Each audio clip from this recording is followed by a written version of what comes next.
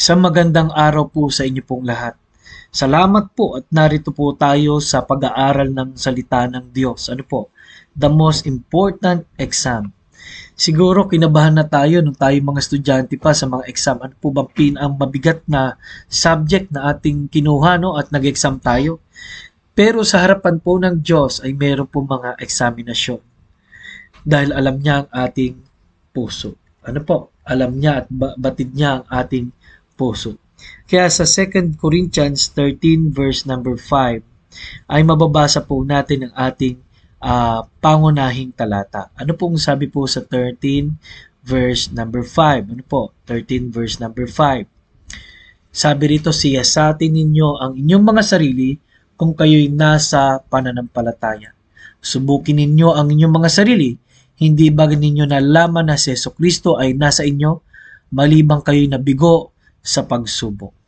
Alam niyo po, napakahalagang patunayan at check natin kung talaga ba tayo ay mananampalataya na ay Kristo.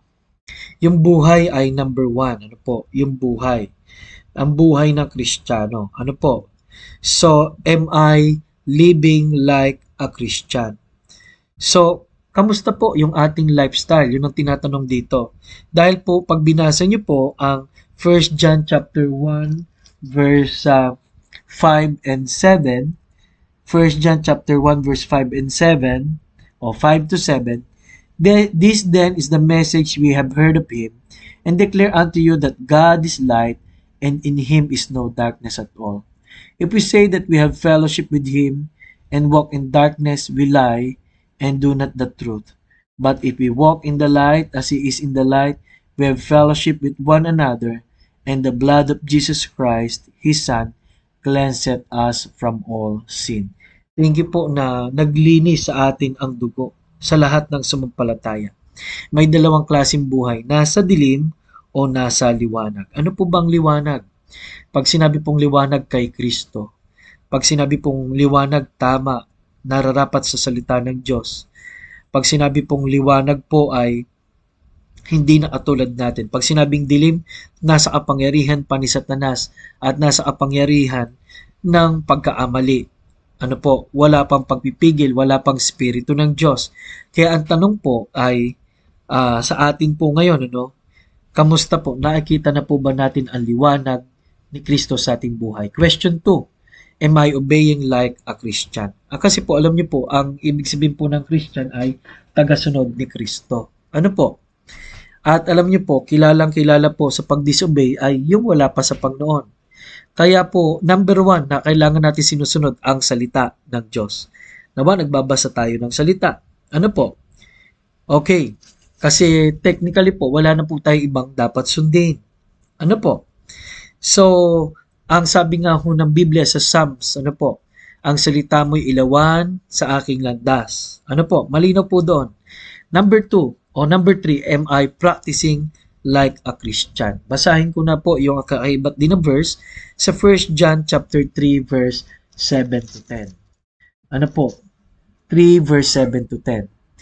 Sabi po rito sa 1 John chapter 3 verse 7 to 10, little children, let no man deceive you, but that doeth righteousness is righteous, even as he is righteous.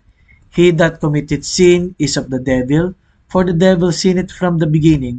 For this purpose the Son of God was manifested, that he might destroy the works of the devil. Whosoever is born of God doth not commit sin, for his seed remaineth in him, and he cannot sin because he is born of God. In this the children of God are manifest, and the children of the devil. Whosoever doeth not righteousness is not of God, neither he that loveth not his brother. Ano po? Malino po dito na sinabi, taasan na nagkakasala ay sa dyablo. Ano po? Pero pag pinag-aralan niyo po yan, ang bigat, no? Pero pag sinabi po ng 1 Peter o 1 John 1:8, sabi rito, kung tayo'y sinasabi nating sarili, di tayo nagkaasala, niloloko natin ang ating sarili. So, conflict ba to? Yung isang verse ay, kung magkasala, talagang sa dyablo. Yung isa naman, kung di nagkasala, dinadaya mo sarili mo.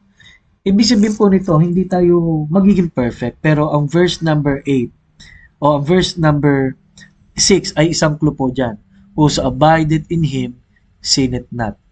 Whosoever sinneth hath not seen him, neither known him. Abideth in him, sinneth not. Ibig sabihin po, yung relasyon kay Kristo ay minimaintain. Hindi po minimaintain yung habits of sin. So, ang tinutukoy po dito ay yung pang-araw-araw na practice po natin sa pagkakasala. May iniingatan pa po ba tayong bisyo? May iniingatan pa ba tayong mga maling gawa?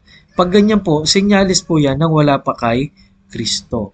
Number 4, am I loving like a Christian? Sa 1 John chapter 4 verse 7 to 8 naman po 'yon, no? Sabi po ron, beloved, no? Sabi sa 1 John 4 verse 7, beloved, let us love one another, for love is of God. Ang tunay na Kristiyano po, nagmamahal na po sa mga Kristiyano rin. At pag sinabi pong Kristiyano sa Kristiyano, yan po ay bahagi ng church. Ano po? So, kaya nga po ang tanong sa mga oras nito ay, anong klaseng pagmamahal meron ako? Conditional or unconditional? Ang hirap pong magmahal, no? Nang walang kapalit, no? Paminsan ng mga tao na ipagkaibigan, na ipagrelasyon dahil may kapalit, no? So, ang tanong, ako ba'y nagmamahal ng totoo at lubusan? Ano po? Bilang anak ng Diyos. Question 5. Am I assured like a Christian? Ano pong ibig sabihin ng assured like a Christian? So, pag sinabi assured like a Christian, tinanggap mo na ba? No? Sigurado mo na ba na pag namatay ka, langit ka talaga pupunta? Ano po? Yan pong mahalagang tanong na yan ay isa sa pinamahalagang mga tanong sa exam ng buhay.